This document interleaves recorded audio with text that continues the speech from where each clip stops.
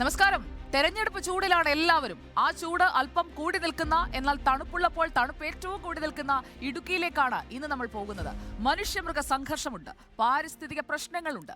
ഏത് നിമിഷവും മണ്ണിടിഞ്ഞെത്തി ജീവനെടുക്കുമെന്ന ഭീതിയിൽ ജീവിക്കുന്ന മനുഷ്യരാണ്. ഇന്നും തീരാത്ത പട്ടയ പ്രശ്നവുമുണ്ട്, കർഷക ആത്മഹത്യകളുണ്ട്. അങ്ങനെ രാഷ്ട്രീയ പാർട്ടികൾക്കും പ്രസ്ഥാനങ്ങൾക്കും ഇന്നും പരിഹാരം കാണാനാകാത്ത വിധം പ്രതിസന്ധികളിൽ ഉലയുന്ന ഇടുക്കി വീണ്ടും ഒരു തെരഞ്ഞെടുപ്പിനെ അഭിമുഖീകരിക്കുകയാണ്. ഇടുക്കിയുടെ രാഷ്ട്രീയം നമുക്കൊന്ന് പരിശോധിക്കാം. എങ്ങനെയാണ് ഇടുക്കിയുടെ കിടപ്പെന്ന്? ഇടുക്കി ലോക്സഭാ മണ്ഡലത്തിൽ ആകെയുള്ള വോട്ടർമാർ എത്രയാണ് എന്ന് പറഞ്ഞു തന്നെ തുടങ്ങാം. ഇടുക്കിയിൽ ആകെയുള്ളത് 12,36,759 വോട്ടർമാരാണ്. അതിൽ പുരുഷന്മാരാണ് നേർപകുതി, അല്ലെങ്കിൽ പകുതിയിലധികം എന്ന് വേണമെങ്കിൽ പറയാം. പക്ഷേ സ്ത്രീകളുടെ എണ്ണം കൂടി നിൽക്കുന്ന ഒരു കാഴ്ച നമുക്ക് ഇടുക്കിയിൽ കാണാൻ കഴിയും. പുരുഷന്മാർ 6,08,710 ആണെങ്കിൽ സ്ത്രീകളുടെ എണ്ണം 6,28,040 ഭിന്നലിംഗത്തിൽപ്പെട്ട 9 വോട്ടർമാരുമുണ്ട് ഇടുക്കി ജില്ലയിൽ. ഇതാണ് ഇടുക്കിയുടെ കിടപ്പ്. ഇനി നമുക്ക് പ്രായം തിരിച്ചു നോക്കാം. എങ്ങനെയാണ് ഇടുക്കിയിൽ പ്രായം തിരിച്ച് വോട്ടർമാരുടെ ഇപ്പോഴത്തെ കണക്കെന്ന്? ഏറ്റവും പുതിയ കണക്കെടുത്ത് നോക്കിക്കഴിഞ്ഞാൽ 85 വയസ്സിന് മുകളിലുള്ളവർക്ക് വോട്ട് ഫ്രം ഹോം ആണ്. വീട്ടിലെത്തി വോട്ട് രേഖപ്പെടുത്തുമെന്നാണ് തെരഞ്ഞെടുപ്പ് കമ്മീഷൻ അറിയിച്ചിരിക്കുന്നത്. അങ്ങനെയുള്ള എത്ര വോട്ടർമാരുണ്ട്? 12,855 കണക്ക്. 18-നും 19-നും ഇടയിൽ, അതായത് കന്നിവോട്ട് 9,405 ഇടുക്കിയിലുള്ളത്. ഈ രണ്ട് ഘടകങ്ങളും 12,855-ഉം 9,405-ഉം പ്രധാനപ്പെട്ട ഘടകമാണ്. കാരണം വാർദ്ധക്യത്തിൽ എത്തി നിൽക്കുന്ന 85 വയസ്സിന് മുകളിലുള്ള നമ്മുടെ ഏറ്റവും മുതിർന്ന പൗരന്മാർ, അതോടൊപ്പം തെരഞ്ഞെടുപ്പിന്റെ ചരിത്രത്തിലേക്ക് ആദ്യത്തെ കാലെടുത്ത് വെക്കുന്ന കന്നി വോട്ടർമാർ, ഇവർ രണ്ടുപേരുടെയും തീരുമാനം ഇക്കുറി ഇടുക്കിയിൽ എങ്ങനെയായിരിക്കും ബാധിക്കാൻ പോവുക? അത് വളരെ പ്രധാനപ്പെട്ട ഒരു കണക്കായി നമ്മുടെ മുന്നിൽ നിൽക്കുമ്പോൾ സംസ്ഥാനത്തെ ഏറ്റവും വലിയ ജില്ല, അതിർത്തിയും കടന്ന് എറണാകുളം ജില്ലയിലെ 2 നിയമസഭാ മണ്ഡലങ്ങൾ കൂടി ചേർത്ത് വെച്ചാണ് ഇടുക്കി ലോക്സഭാ മണ്ഡലം ഇപ്പോൾ രൂപപ്പെടുത്തിയിരിക്കുന്നത്. പരമ്പരാഗതമായി തന്നെ നമുക്കറിയാമല്ലോ, UDF-നോടാണ് ഇടുക്കിക്ക് ചായ്വ്. അങ്ങനെ ചാഞ്ഞു കിടക്കുകയാണ്. നിയമസഭാ മണ്ഡലങ്ങളിൽ LDF-നുള്ള മേൽക്കൈ പലപ്പോഴും ലോക്സഭാ തെരഞ്ഞെടുപ്പിൽ ഉണ്ടാകാറില്ല. അത് ചരിത്രത്തിൽ നമുക്കറിയാവുന്ന കാര്യമാണ്. ഇടുക്കിയിലെ രാഷ്ട്രീയ കാലാവസ്ഥ നമുക്കൊന്ന് വിശദീകരിക്കാനായി നമ്മുടെ പ്രതിനിധികൾ 3 ക്യാമ്പുകളിലും എത്തിയിട്ടുണ്ട്. ലെബി സജീന്ദ്രൻ, അർജുൻ മട്ടന്നൂർ, സന്ദീപ് രാജാക്കാട്, 3 റിപ്പോർട്ടേഴ്സും നമുക്കൊപ്പം തയ്യാറാണ്. Very good evening guys. തയ്യാറല്ലേ ഇടുക്കിയെ ആര് മിടുക്കനാക്കും അല്ലെങ്കിൽ മിടുക്കിയാക്കും എന്ന് പറയാൻ?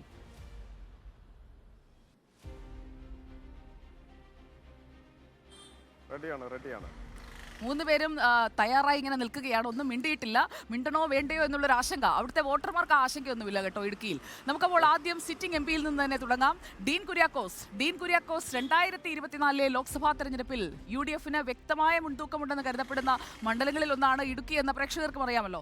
ഇത്തവണയും സിറ്റിംഗ് MP ഡീൻ കുര്യാക്കോസ് ആണ് UDF സ്ഥാനാർത്ഥിയായി നിൽക്കുന്നത്. 2019 കഴിഞ്ഞ ലോക്സഭാ തെരഞ്ഞെടുപ്പിൽ UDF-ന്റെ കോൺഗ്രസ് സ്ഥാനാർത്ഥി ഡീൻ കുര്യാക്കോസ് 1,71,053 വോട്ടിന്റെ ഭൂരിപക്ഷത്തിലാണ് ഇടുക്കിയിൽ നിന്ന് വിജയിച്ചങ്ങോട്ട് പാർലമെന്റിലേക്ക് എത്തിയത്.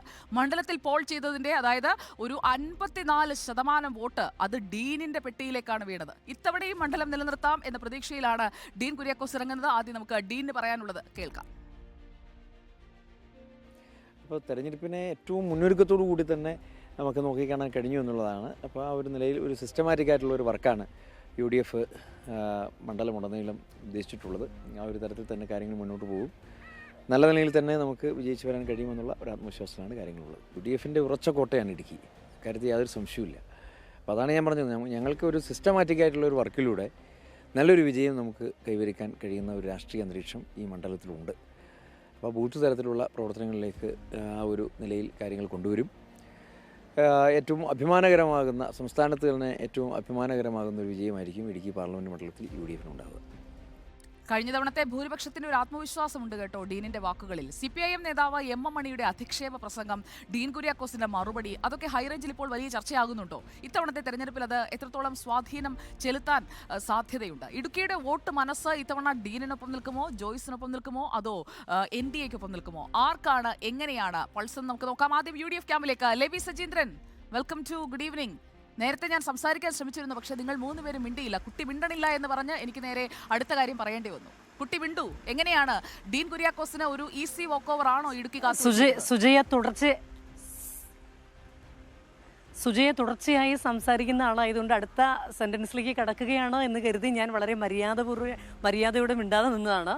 ഏതായാലും വളരെ ഉണർന്ന് പ്രവർത്തിക്കുകയാണ് UDF ക്യാമ്പ് ഇടുക്കി ജില്ലയിൽ. ഇടുക്കിയെ സംബന്ധിച്ചിടത്തോളം ഏറ്റവും കൂടുതൽ വിജയപ്രതീക്ഷ UDF പുലർത്തുന്ന മണ്ഡലങ്ങളിൽ ഒന്നാണ് ഇടുക്കി. അതിൻ്റെ പ്രധാന കാരണം ഇത് UDF അനുഭാവം, UDFിനോട് പ്രതിപത്തി പുലർത്തുന്ന മണ്ഡലം എന്നത് തന്നെയാണ്. ഇടുക്കിയുടെ ഒരു പാർലമെന്റ് തെരഞ്ഞെടുപ്പിന്റെ ചരിത്രം പരിശോധിക്കുകയാണെങ്കിൽ ഫ്രാൻസിസ് ജോർജും ജോയ്സ് ജോർജും ഒക്കെ അട്ടിമറി വിജയം നേടിയിട്ടുണ്ട് എങ്കിൽ പോലും പൊതുവെ എപ്പോഴും ഇതെല്ലായ്പ്പോഴും UDFിനോട് ആഭിമുഖ്യം പുലർത്താറുണ്ട്. അതുതന്നെയാണ് വിജയപ്രതീക്ഷയുടെ പ്രധാന ഘടകം. മറ്റൊന്ന് MP എന്ന നിലയിൽ ഡീൻ കുര്യാക്കോസിനുള്ള സ്വീകാര്യതയാണ്. ഡീൻ അവൈലബിളായ MP ആയിരുന്നു 5 വർഷക്കാലവും.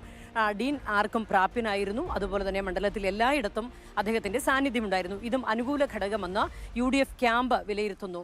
2014 1,00,000 വോട്ടിന് അന്ന് ജോയ്സ് ജോർജ് വിജയിച്ചെങ്കിലും അന്ന് ഡീൻ കുര്യാക്കോസ് പരാജയമടഞ്ഞെങ്കിലും അതിന് പ്രത്യേക സവിശേഷമായ ഒരു രാഷ്ട്രീയ സാഹചര്യം ഉണ്ടായിരുന്നു. പരിസ്ഥിതിയുമായി ബന്ധപ്പെട്ട് അന്ന് ഉയർന്ന വിവാദങ്ങളൊക്കെ അതിന് ഘടകമായി വന്നിട്ടുണ്ട്. അതുമാത്രമല്ല, അതിനുശേഷം ഇങ്ങോട്ട് വരുമ്പോൾ 1,25,00,000 വോട്ടിനാണ് തിരിച്ച് ഡീൻ കുര്യാക്കോസ് പകരം ചോദിച്ചതും. ഏതായാലും ആ ആത്മവിശ്വാസം UDF ക്യാമ്പിലുണ്ട്. മറ്റൊന്ന്, സുജയ് തന്നെ നേരത്തെ സൂചിപ്പിച്ചതുപോലെ MM മണിയുടെ വിവാദ പ്രസ്താവന അടക്കമുള്ള രാഷ്ട്രീയ കാലാവസ്ഥയും ഡീൻ അനുകൂലമായി വീശുമെന്ന് കരുതുന്നു. മറ്റൊന്ന്, ഇപ്പോൾ ഏറ്റവും രൂക്ഷമായിരിക്കുന്ന വന്യജീവി ആക്രമണമാണ്. അത് ഏറ്റവും കൂടുതൽ നേരിടുന്ന ജില്ലകളിലൊന്നാണ് ഇടുക്കി.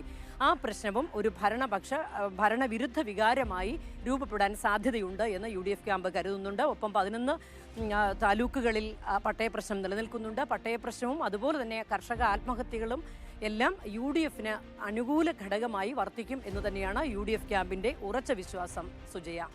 Okay, thank you ലേബി. നമുക്ക് നേരെ ഇടതുപക്ഷ ക്യാമ്പിൽ നിൽക്കുന്ന അർജുൻ മട്ടന്നൂരിലേക്ക് പോകണം. ഇതിന്റെ മറുപടി ചില കാര്യങ്ങൾ എനിക്ക് ചോദിക്കാനുണ്ട്. അതിനു മുൻപ് നമുക്ക് സ്ഥാനാർത്ഥിയെ സ്വാഗതം ചെയ്യാം. ഡീൻ കുര്യാക്കോസ് കുറച്ച് സമയമായി ഒറ്റയ്ക്ക് നിൽക്കുകയാണ്. അപ്പോൾ ജോയ്സ് ജോർജ് എന്ന് പറഞ്ഞാൽ ഇടുക്കിയിൽ 3-ാം തവണയും LDF സ്ഥാനാർത്ഥിയായി ഫീൽഡ് ചെയ്യുന്നയാളാണ് അഡ്വക്കേറ്റ് ജോയ്സ് ജോർജ്. 2014 ജോയ്സ് ജോർജ് ആദ്യമായി ലോക്സഭയിലേക്ക് മത്സരിക്കുന്നത്. കന്നി അംഗത്തിൽ തന്നെ വിജയവും കൊയ്തു.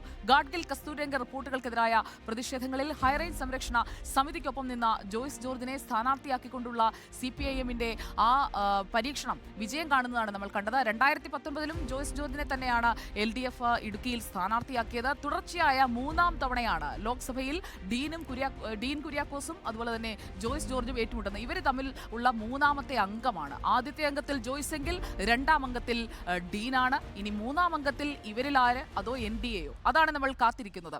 ജോയ്സിനെ കഴിഞ്ഞ 2 തെരഞ്ഞെടുപ്പിലും സഹായിച്ച ഹൈറേഞ്ച് സംരക്ഷണ സമിതി ഇത്തവണ സമദൂരത്തിലാണ് നിൽക്കുന്നത്. ആർക്ക് വേണമെങ്കിലും വോട്ട് ചെയ്തോളൂ എന്നാണ് സമിതി നേതൃത്വം ഇപ്പോൾ അണികൾക്കൊക്കെ നൽകിയിരിക്കുന്ന ഒരു ആഹ്വാനം. പക്ഷേ CPIM തികഞ്ഞ വിജയപ്രതീക്ഷയിലാണ്. കഴിഞ്ഞ 2 വട്ടവും ജോയ്സ് ജോർജ് ഇടത് പിന്തുണയുള്ള സ്വതന്ത്ര സ്ഥാനാർത്ഥിയായിരുന്നുവെങ്കിൽ ഇത്തവണ ജോയ്സ് മത്സരിക്കുന്നത് നോക്കൂ പാർട്ടി ചിഹ്നത്തിലാണ്. നിലവിൽ LDF പാളയത്തിലുള്ള കേരള കോൺഗ്രസ് എമ്മിന്റെ വോട്ടുകളും ഇടതുപക്ഷത്തിന് ഇടുക്കിയിലെ പ്രതീക്ഷ കൂട്ടുന്നുണ്ട്. അപ്പോൾ ജോയ്സിന് പറയാനുള്ളത് എന്താണ് എന്ന് നമുക്കൊന്ന് കേൾക്കാം. ആളുകൾ ഇപ്പോൾ ജനകീയ പങ്കാളിത്തം കൊണ്ട് വലിയ തോതിലുള്ള മുന്നേറ്റമാണ് നമ്മളുടെ കൺവെൻഷനുകളിലുണ്ടാകുന്നത്. ഈ പാർലമെൻറ്റ് ഇലക്ഷൻ ഇടുക്കിയിലെ ജനങ്ങളാകെ ഒരുപക്ഷെ രാഷ്ട്രീയത്തിന് അതീതമായി മറ്റെല്ലാ പരിഗണനകൾക്കും അതീതമായി നെഞ്ചോട് ചേർക്കുകയാണ്. ഇടതുപക്ഷ ജനാധിപത്യ മുന്നണിക്കൊപ്പമാണ് ഈ തിരഞ്ഞെടുപ്പിൽ ഇടുക്കിയുടെ മനസ്സ് പൂർണ്ണമായി. അപ്പോൾ മനസ്സ് തനിക്കൊപ്പമാണെന്ന് ജോയ്സിന് ആത്മവിശ്വാസമുണ്ട്. സാമുദായിക സമവാക്യങ്ങൾ ഞാൻ നേരത്തെ സൂചിപ്പിച്ചത് വളരെ നിർണായകമാണ്. ഹൈറേഞ്ച് സംരക്ഷണ സമിതി അപ്രസക്തമായി. പക്ഷേ കത്തോലിക്ക സഭയുടെ നിലപാട് തെരഞ്ഞെടുപ്പിൽ എങ്ങനെയായിരിക്കും, ആരെ തുണയ്ക്കും? ക്ഷേമ പെൻഷൻ കുടിശ്ശികയുമായി ബന്ധപ്പെട്ട് സംസ്ഥാനത്ത് പ്രതിഷേധം വിരമ്പിയപ്പോൾ അതിന് ആക്കം കൂട്ടിയ ആളെ ഓർമ്മയുണ്ടല്ലോ, ഇടുക്കി അടിമാലിയിലെ മറിയക്കുട്ടിയുടെ പിച്ചച്ചട്ടി സമരം. അതും സർക്കാർ വിരുദ്ധ വികാരമായി ഈ തെരഞ്ഞെടുപ്പിൽ പ്രതിഫലിക്കുമോ? നമുക്ക് നോക്കാം. അർജുൻ മട്ടന്നൂർ LDF ക്യാമ്പിൽ നിന്നും തയ്യാറാണ്. Good evening Arjun Mattannur. പിച്ചച്ചട്ടി സമരമാണ് ഹൈലൈറ്റ്. അവിടെ നിന്ന് അങ്ങോട്ട് പടർന്ന് അത് വലിയ പ്രതിഷേധ മാർഗമായി മാറുന്നു. മറിയക്കുട്ടി ചേച്ചി ഏത് പാർട്ടിയാണ് എന്നുള്ളത് പലതവണ മാറി മാറി കേൾക്കുന്നു. ഒടുവിൽ ഇപ്പോൾ മറിയക്കുട്ടി ചേച്ചി എവിടെയാണ്? ഇടുക്കിയുടെ മനസ്സ് എവിടെയാണ്? പ്രതീക്ഷ നൽകുന്നുണ്ടോ ജോയ്സ് ജോർജിന്? Sujaya, good evening. അതായത് ഇടുക്കിയിൽ അടുത്ത കാലത്ത് വിവാദമുണ്ടായ എല്ലാ വിഷയങ്ങളിലും ഇടുക്കിയിൽ കൃത്യമായ ഒരു നിലപാടും അതുമായി ബന്ധപ്പെട്ട രാഷ്ട്രീയ തർക്കങ്ങളും നമ്മൾ കണ്ടിട്ടുണ്ട്. പ്രത്യേകിച്ച് ഈ ക്ഷേമ പെൻഷൻ വിഷയം, അതോടൊപ്പം ഈ കാട്ടാൻ ആക്രമണം അടക്കമുള്ള വിഷയങ്ങൾ, കർഷക ആത്മഹത്യകളൊക്കെ തന്നെ വലിയ തോതിൽ ചർച്ച ചെയ്ത ഒരു മണ്ഡലമാണ് ഇടുക്കി. ക്ഷമിക്കണം. അപ്പോഴും അവിടെ വലിയ പ്രതീക്ഷയിൽ തന്നെയാണ് ഇടതുപക്ഷം. പ്രത്യേകിച്ച് ഈ മണ്ഡലത്തിൻ്റെ ഒരു സ്വഭാവം വെച്ച് അവിടെ തൊഴിലാളികൾക്കും ഈ തോട്ടം തൊഴിലാളികൾക്കും ഒക്കെ തന്നെ വലിയ സ്വാധീനമുള്ളൊരു മേഖല. അവിടെ ഇടതുപക്ഷത്തിന് എപ്പോഴും ഒരു വളക്കൂറുള്ള മണ്ണാണ് എന്ന് തന്നെയാണ് ഇടതുപക്ഷത്തിൻ്റെ ഒരു വിലയിരുത്തൽ. ഈ 7 മണ്ഡലങ്ങളിൽ 5 നിയമസഭാ മണ്ഡലങ്ങളും ഈ ഇടതുപക്ഷം ഭരിക്കുന്നതാണ്. മൂവാറ്റുപുഴയും തൊടുപുഴയും മാത്രമാണ് UDFൻ്റെ പക്കലുള്ളത്. അതൊരു പോസിറ്റീവായിട്ട് LDF ക്യാമ്പ് കാണുന്നുണ്ട്. അതോടൊപ്പം തന്നെ ഈ 3ാം തവണയാണ് ജോയ്സ് ജോർജ് മത്സരിക്കുന്നത്. കഴിഞ്ഞ തവണത്തെ പരാജയം അത് ചില പ്രത്യേക സാഹചര്യങ്ങൾ കൊണ്ടുണ്ടായതാണ് എന്നൊരു വിലയിരുത്തലാണ് CPM ഉള്ളത്. ഇത്തവണ ഈ ഇടത് സ്വതന്ത്രൻ എന്ന സ്ഥാനത്ത് നിന്ന് ഇടത് സ്ഥാനാർത്ഥി CPM സ്ഥാനാർത്ഥിയായി വരുമ്പോൾ കൂടുതൽ മെച്ചമുണ്ടാക്കാൻ കഴിയുമെന്നൊരു പ്രതീക്ഷ തന്നെയാണ്. 2018 പ്രളയത്തിൻ്റെ സമയത്തും മറ്റും ജോയ്സ് ജോർജിൻ്റെ ഇടപെടലുകളൊക്കെ തന്നെ അനുകൂല ഘടകമായി വരുമെന്നൊരു പ്രതീക്ഷയും ഇവർക്കുണ്ട്.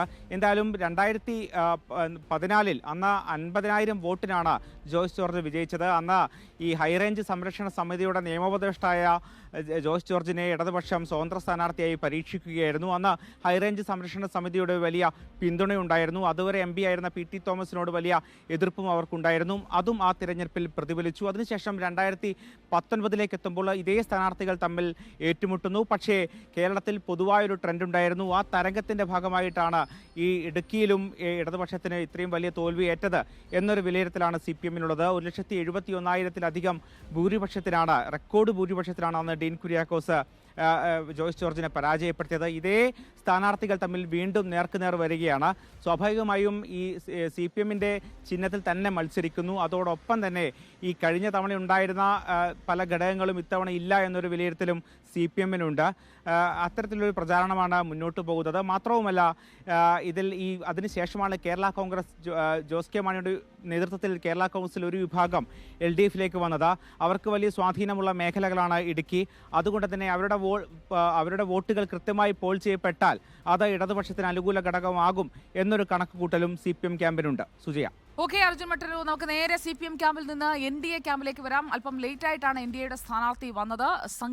സംഗീത വിശ്വനാഥൻ BDJSന്റെ സ്ഥാനാർത്ഥിയാണ് ഇടുക്കിയിൽ NDAക്കായി ഇറങ്ങുന്നത്. 2016 നിയമസഭാ തെരഞ്ഞെടുപ്പിൽ കൊടുങ്ങല്ലൂരിൽ നിന്ന്, 2021 ഇടുക്കിയിൽ നിന്ന് NDA ടിക്കറ്റിൽ സംഗീത വിശ്വനാഥ് മത്സരിച്ചിട്ടുണ്ട്. കൊടുങ്ങല്ലൂരിൽ അന്ന് 22% വോട്ട് പിടിച്ച സംഗീത ഇടുക്കിയിലേക്ക് എത്തിയപ്പോൾ അത് 7% കുറഞ്ഞു. SNDP യോഗം വനിതാ സംഘം കേന്ദ്ര കമ്മിറ്റി സെക്രട്ടറി, BDJS സംസ്ഥാന വൈസ് പ്രസിഡന്റ് എന്നീ ചുമതലകളൊക്കെ വഹിച്ചിട്ടുള്ളയാളാണ് സംഗീത. കഴിഞ്ഞ 3 ലോക്സഭാ തെരഞ്ഞെടുപ്പുകൾ പരിശോധിക്കുമ്പോൾ എങ്ങനെയാണ് ഇടുക്കിയിലെ വോട്ട് വിഹിതം നിൽക്കുന്നതെന്ന് നോക്കിയാൽ BJPയുടെ സാവധാനമുള്ളൊരു വളർച്ചയെ ഇടുക്കിയിൽ നമുക്ക് കാണാൻ കഴിയൂ. 2009 വോട്ട് ശതമാനം 3.6 ആയിരുന്നു. 2014 ആകുമ്പോൾ അത് 6.2% 2019 BDJSന് സീറ്റ് കൊടുക്കുന്നത്. അപ്പോൾ വോട്ട് വിഹിതം കൂടുന്നു, 8.6% അതുകൊണ്ട് തന്നെ 10% വോട്ടെങ്കിലും എത്തിക്കുക, അല്ലെങ്കിൽ 10% മറികടക്കുക, അങ്ങനെ ഒരു ലക്ഷ്യമാണ് ഇപ്പോൾ ഇടുക്കിയിൽ NDAക്ക് മുന്നിലുള്ളത്. എന്താണ് സംഗീതയുടെ പ്രതീക്ഷകൾ? നോക്കാം. ഇന്ന് മോഡിജിയുടെ ഗ്യാരണ്ടി പുതിയ കേരളം എന്ന ആപ്തവാക്യം ഇന്ന് ജനങ്ങൾ ഏറ്റെടുത്തിരിക്കുകയാണ്. കാരണം വികസന കാഴ്ചപ്പാടുകളെക്കുറിച്ച്, മോദിജിയുടെ വികസന കാഴ്ചപ്പാടിനെക്കുറിച്ച് ജനങ്ങൾ ഇന്ന് മനസ്സിലാക്കിയിരിക്കുന്നു. MPയോ അല്ലെങ്കിൽ ഒരു മന്ത്രിയോ ഒന്നുമില്ലാതെ തന്നെ ഇവിടെ ഒരുപാട് വികസനങ്ങൾ മോദിജിയുടെ ഗ്യാരണ്ടി പ്രകാരം ഇവിടെ എത്തിയിട്ടുണ്ട്.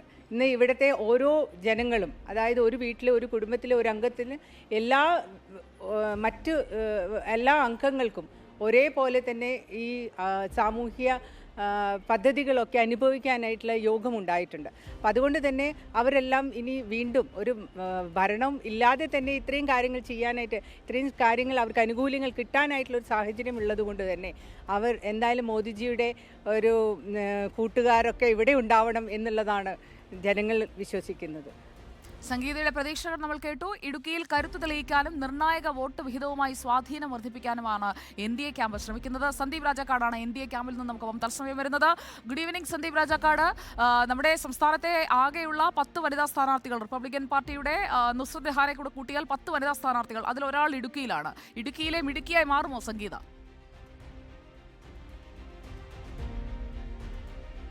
Good evening Sujaya.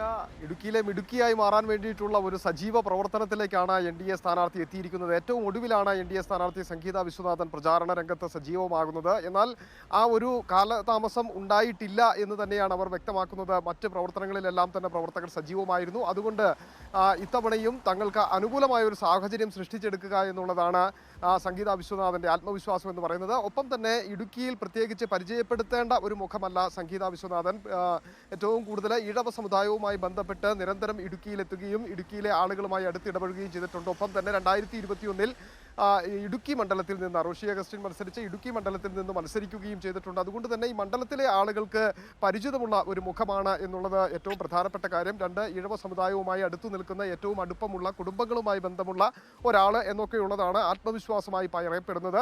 മുമ്പ് സുജയ സൂചിപ്പിച്ചിരുന്നത് പോലെ തന്നെ ഈ BDJSന്റെ കയ്യിലേക്ക് ഇടുക്കി നിയോജക മണ്ഡലം എത്തുന്ന ഘട്ടം മുതൽ തന്നെ വോട്ട് ഷെയറിങ്ങിൽ വലിയ രീതിയിലുള്ള ഒരു വർധനവുണ്ടാക്കുവാൻ വേണ്ടി കഴിഞ്ഞിട്ടുണ്ട്. കാരണം 2014 അപേക്ഷിച്ച് ഇരട്ടി വോട്ട് ശതമാനം 2019 വർദ്ധിപ്പിക്കുവാൻ വേണ്ടിയിട്ട് NDAക്ക് കഴിഞ്ഞിട്ടുണ്ട്. ഒപ്പം തന്നെ മറ്റു ചില ആളുകളുടെയൊക്കെ നേരിൽ കാണുകയും അവരുമായിട്ടുള്ള ബന്ധങ്ങൾ പുതുക്കുകയും ചെയ്യുന്നതോടുകൂടി തന്നെ അല്പം കൂടി വർദ്ധിപ്പിക്കുവാൻ കഴിയുമെന്ന ഒരു പ്രതീക്ഷയാണ് NDA ക്യാമ്പിന് ഉള്ളത് എന്ന് വേണം മനസ്സിലാക്കാൻ. എന്തായിരുന്നാലും അത് ആ ഒരു നിലപാടിൽ നിന്നുകൊണ്ടുള്ള പ്രവർത്തനമാണ് മുമ്പോട്ട് കൊണ്ടുപോകുന്നത്. എന്തായിരുന്നാലും ഒരു ഈസിയായ ഒരു മത്സരമായിരിക്കില്ല ഇടുക്കിയിൽ ഉണ്ടാവുക എന്നുള്ളതാണ് ഏറ്റവും പ്രധാനമായി നമ്മൾ കാണേണ്ടത്. കാരണം ജോയിസ് ജോർജ് 2014 വിജയിക്കുമ്പോൾ 50,000 വോട്ടിൻ്റെ ഭൂരിപക്ഷമായിരുന്നു. എന്നാൽ 2019 ഡീൻ കുര്യാക്കോസ് എത്തുമ്പോൾ 1,71,053 വോട്ടുകളുടെ ഭൂരിപക്ഷത്തിലേക്ക് എത്തുന്ന ഒരു സാഹചര്യം.